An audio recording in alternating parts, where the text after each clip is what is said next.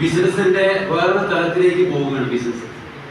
അതിന്റെ ഒരു മുൻകരുതലാണ് നടന്നുകൊണ്ടിരിക്കുന്നത്. കമ്പനി ഈ 22 വർഷം കൊണ്ട് നടത്തിയ ബിസിനസിന്റെ 2 ഇരട്ടി വർധനവ് വരുന്ന 4 വർഷം കൊണ്ട് ഉണ്ടാകാൻ പോകും. അതിനെ നമ്മൾ തന്നെ ഒരുങ്ങണം. കാരണം എന്താ, അവർക്ക് വേറെ ആരുമില്ല എന്ത് ചെയ്യാൻ, മാർക്കറ്റ് ചെയ്യാൻ. ശരിയല്ലേ? കമ്പനി നല്ല ക്വാളിറ്റി ഉൽപ്പന്നങ്ങൾ ഉൽപ്പാദിപ്പിച്ച് മാർക്കറ്റ് ചെയ്യാനുള്ള അറിവും പരിജ്ഞാനവും പ്രവൃത്തി ശക്തിയും കൺസ്യൂമേഴ്സിന് നേടിക്കൊടുക്കുന്ന ഒരു ഇൻഡസ്ട്രിയിലാണ് നമ്മളുള്ളത്. അപ്പോൾ അതിന് ഒരുങ്ങുന്ന ആളുകൾക്കൊക്കെ ഇതുപോലെ വരുമാനം ഉണ്ടാക്കാൻ പറ്റും. അപ്പൊ എനിക്ക് വേണ്ട സാധനങ്ങൾ വാങ്ങാൻ സാർ അത്രേ പറ്റുള്ളൂ എന്ന് പറയുന്ന ഒരാൾക്ക് എന്ത് ചെയ്യാൻ പറ്റില്ല, ഈ ബിസിനസ്സിൽ വലിയ നേട്ടങ്ങളൊന്നും ഉണ്ടാക്കാൻ പറ്റില്ല. നമ്മൾ വാങ്ങി ഉപയോഗിക്കുന്നത് പോലെ 10 കസ്റ്റമേഴ്സിനെങ്കിലും ഞാനും ഈ പ്രൊഡക്റ്റ് കൊടുത്ത് സഹായിക്കുന്നു പറയുന്ന ഒരാൾക്ക് 10,000 രൂപ ബിസിനസ് ചെയ്യാൻ പറ്റും. ശരിയല്ലേ?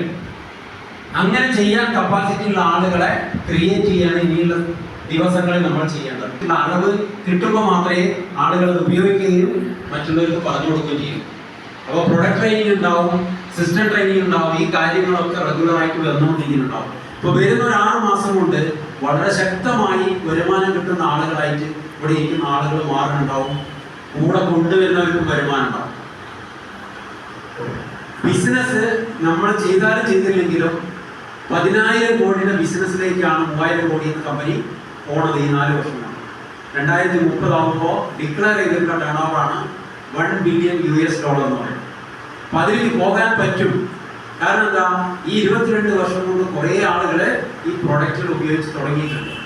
വലിയ വരുമാനം കിട്ടാതെ ഇരിക്കുന്നവരുണ്ട്. ശരിയല്ലേ? അപ്പൊ അവർക്കൊക്കെ വളർന്നു വരാനുള്ള ഒരു അവസരമാണ് കമ്പനി കൊടുത്തിട്ടുള്ളത്. റീപർച്ചേസ് എന്ന് പറയുന്ന ഒരു കാര്യമുണ്ട്. ഉപയോഗിച്ച പ്രൊഡക്റ്റ് ഇഷ്ടപ്പെട്ട എന്ത് ചെയ്യും, വീണ്ടും വാങ്ങും.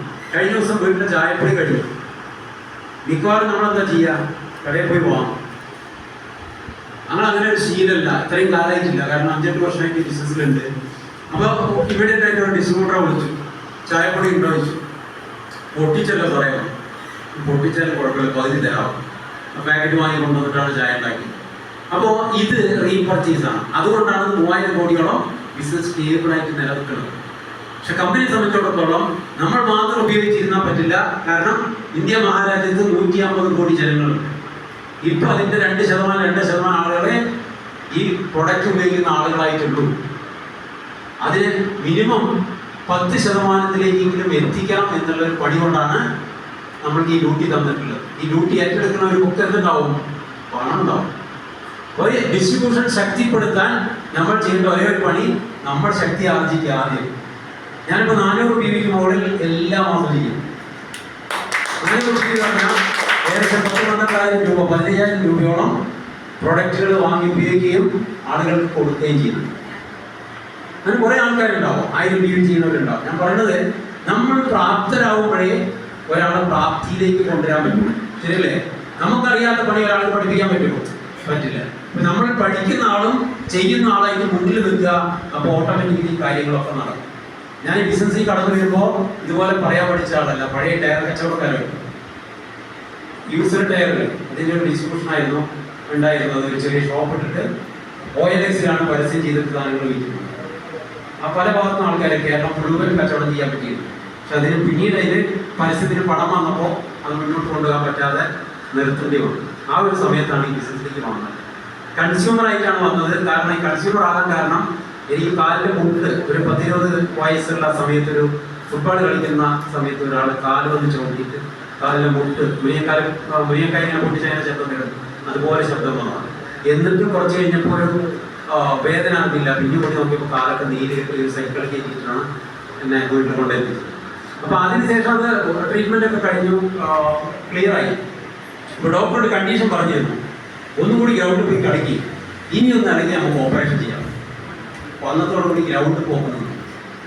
പിന്നെ പോയിട്ടില്ല. പിന്നെ എന്തായി പറഞ്ഞാൽ പ്രായങ്ങളുടെ വ്യത്യാസത്തിനനുസരിച്ച് എന്തുണ്ടാവും, പഴയ കേടുകളൊക്കെ പുറത്തേക്ക് വരും. ശരിയല്ലേ? പണ്ട് ആ ഡോക്ടർക്ക് എളുപ്പേന പറഞ്ഞു പോയാൽ ചോദിക്കുന്നത് എന്താ, ഉണ്ടോ? ശരിയില്ലേ? എന്താ കാരണം, പഴയ കേടുകൾ പുറത്തേക്ക് വരിക, നമ്മുടെ ആരോഗ്യങ്ങൾ കുറയുമ്പോഴാണ്. അപ്പോൾ അതുപോലെ എനിക്ക് വീണ്ടും ഈ പ്രശ്നം സ്റ്റാർട്ട് ചെയ്യുന്നു. ഓടിപ്പോയി ബസ്സിൽ കയറാൻ പറ്റില്ല, പെട്ടെന്ന് പിടയ്ക്കും കാല്, അങ്ങനെ പ്രശ്നങ്ങളുണ്ടായിരുന്നു. അപ്പോൾ അതിന് വേണ്ടി കുറച്ച് പ്രൊഡക്റ്റ് വാങ്ങാൻ വേണ്ടി വേറെ കമ്പനിയുടെ പൈസ സ്വരൂപിച്ചിരിക്കുമ്പോഴാണ് ഒരാൾ അതിന് വേണ്ടിയിട്ട് വന്ന് ഈ കാര്യം പറഞ്ഞു. പറഞ്ഞ ആൾ പറഞ്ഞു ഈ കമ്പനിയിൽ അതുപോലെയുള്ള പ്രോഡക്റ്റ് ഉണ്ട്, അത് ഉപയോഗിച്ച് നോക്കുക. നമ്മൾ അത് എനിക്ക് അത്ര താല്പര്യമില്ല, അല്ല നിങ്ങളത് ഉപയോഗിക്കും, പണമൊന്നുമല്ല ഉപയോഗിക്കുന്നു. എന്താ കാര്യം പറഞ്ഞാൽ 3800 രൂപ അന്ന് ആവശ്യമാണ് ആ പ്രോഡക്റ്റ് വാങ്ങാൻ. ഏത് ഇതിൻ്റെ സപ്ലിമെൻറ്റ് വാങ്ങാൻ വേറൊരു കമ്പനിയാണ്. ഇയാൾ പറഞ്ഞു നമ്മുടെ കയ്യിൽ അതുണ്ട്, ഞാൻ തരാമെന്ന് പറഞ്ഞു. തന്നിട്ട് റേറ്റ് പറഞ്ഞപ്പോൾ എനിക്ക് ഉള്ളിൽ ചിരി വന്നു. കാരണം 3800 രൂപ സ്വരൂപിച്ച് വാങ്ങേണ്ട പ്രോഡക്റ്റ് ഇദ്ദേഹം രണ്ട് പ്രൊഡക്റ്റാണ് വേണ്ടത്. അത് രണ്ടും കൂടി 750 രൂപ. അപ്പം എന്തായി, ഇതൊന്നും ഗുണമുണ്ടാകും. നമ്മുടെ ഉള്ളിൽ എത്തില്ലേ, വലിയ പൈസ കൊടുത്ത് വാങ്ങുന്ന സാധനത്തിന് പകരം ഒരു പ്രൊഡക്റ്റ് 3-1 4-1 വിലയ്ക്ക് കിട്ടുമ്പോൾ നമ്മുടെ ഉള്ളിൽ എന്തുണ്ടാവും, ഇതൊന്നും ഉപകാരപ്പെടില്ല. പക്ഷെ അയാൾ ഒരു നിർബന്ധം പറഞ്ഞു, 1 മാസം കറക്റ്റ് കഴിക്കുക, എന്നിട്ട് പണം തന്നാൽ മതി. ദൈവാനുഗ്രഹം കൊണ്ട് 20-22 ദിവസം കഴിയുമ്പോഴേക്കും പള്ളിയിൽ പോയി നമസ്കരിക്കാൻ ഇരിക്കാൻ പറ്റില്ല, ചേർന്നിരുന്നിട്ട് വേണം നമസ്കരിക്കാൻ. ആ മാറ്റം ഉണ്ടായി, നമസ്കരിക്കാൻ കഴിയും. അതിനുശേഷം ഞാൻ കമ്പനിയിലേക്ക് പഠിക്കാനും മനസ്സിലാക്കാനും പ്രൊഡക്റ്റ് വാങ്ങാനും കച്ചവടം ചെയ്യാനും തുടങ്ങി. അങ്ങനെ 129 രൂപ ആദ്യ മാസം കിട്ടി. പടിപടിയായി 250, 300, 400 ആയിട്ട് കയറി വന്ന് 1,05,000 വരെ. വാടക വീടായിരുന്നു. 12 വർഷത്തോളം തന്നെ ഞാൻ വാടക വീട്ടിലാണ് താമസിച്ചു. സ്വന്തമായിട്ട് എനിക്ക് വീടുണ്ട്. 45,000 കൊടുത്ത് വാങ്ങിയില്ല മാറ്റിസ് പറഞ്ഞ കാറായിരുന്നു. കാരണം ടയർ പല വീൽ അലൈൻമെന്റ് ഷോപ്പുകളിൽ പോയിട്ട് സ്ക്രാപ്പിലെടുക്കും. അതിന് തിരഞ്ഞെടുത്ത് വെച്ചിട്ടാണ് വിൽക്കുക. അപ്പോൾ അതിന് തിരഞ്ഞെടുക്കാനും കൊണ്ടുപോകാനൊക്കെ വണ്ടി വേണം. അതിനു വേണ്ടിയാണ് മാറ്റിസ് കാർ ഞാൻ വാങ്ങി. 4 വർഷത്തോളം നടത്തിയിരുന്നു. അതിനുശേഷം ദൈവാനുഗ്രഹം കൊണ്ട് ആ വണ്ടി സ്ക്രാപ്പിന് കൊടുത്തിട്ട് പിന്നീട് വാങ്ങാൻ പറ്റിയത് 12 ലക്ഷത്തിൻ്റെ നെക്സോണാണ്. അത് 3 തവണ പാസ്പോർട്ട് എടുത്തിട്ട് റെന്യൂ ചെയ്തിട്ട് എവിടെയും പോകാത്ത ആളാണ്. പക്ഷെ ആദ്യം എൻ്റെ സീല് വന്നത് വെസ്റ്റേജിൻ്റെ ഫോറിൻ ട്രിപ്പാണ്, തായ്ലൻഡ്. ഇതൊക്കെ അനുഭവങ്ങളാണ്. നമ്മൾ എന്ത് കണ്ടാലും അനുഭവങ്ങൾ കിട്ടാൻ കുറച്ച് കൈപ്പേറിയ കുറച്ച് കാര്യങ്ങൾ നമ്മൾ സഹിക്കാൻ തയ്യാറാണ്. ഒരു ദിവസം കൊണ്ട് ഒരു കാര്യം നടക്കുമോ?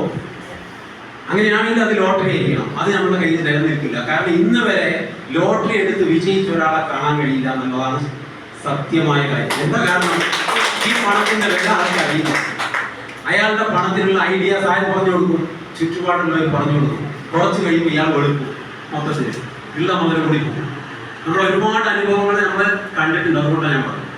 ഫുൾ ഗൺഗാർഡായിട്ട് മാറി. ഒരു പ്രാവശ്യം കൂടി വെള്ളം കുടിക്കാത്ത ആള് സ്ഥിരമായി മദ്യപാനിയായി, ഒന്നുമില്ല, ഇരിക്കച്ചാളയും കൂടി ഇല്ലാണ്ടായ ആളുകൾ നമ്മുടെ അനുഭവത്തിൽ. അപ്പോൾ ഇത് അധ്വാനത്തിലൂടെ കിട്ടുള്ളൂ. അധ്വാനം മാത്രമല്ല, മറ്റുള്ളവരെ സഹായിക്കുമ്പോഴേ ഇത് കിട്ടുള്ളൂ. അതൊരു സുഖമുള്ള പരിപാടിയാണ്. അപ്പൊ ദൈവികമായ കുറെ അനുഗ്രഹങ്ങൾ മാത്രമേ ഈ ഒരു കച്ചവടം മുന്നോട്ട് കൊണ്ടുപോകാനും വിജയിക്കാനും പറ്റുള്ളൂ. അപ്പൊ ആത്മാർത്ഥമായിട്ട് കാര്യങ്ങൾ ഉൾക്കൊള്ളാം. ലീഡേഴ്സ് പറയുന്നത് പോലെ കാര്യങ്ങൾ മനസ്സിലാക്കി മുന്നോട്ട് വരിക. എല്ലാവർക്കും വിജയിക്കാൻ പറ്റട്ടെ. Thank you sir.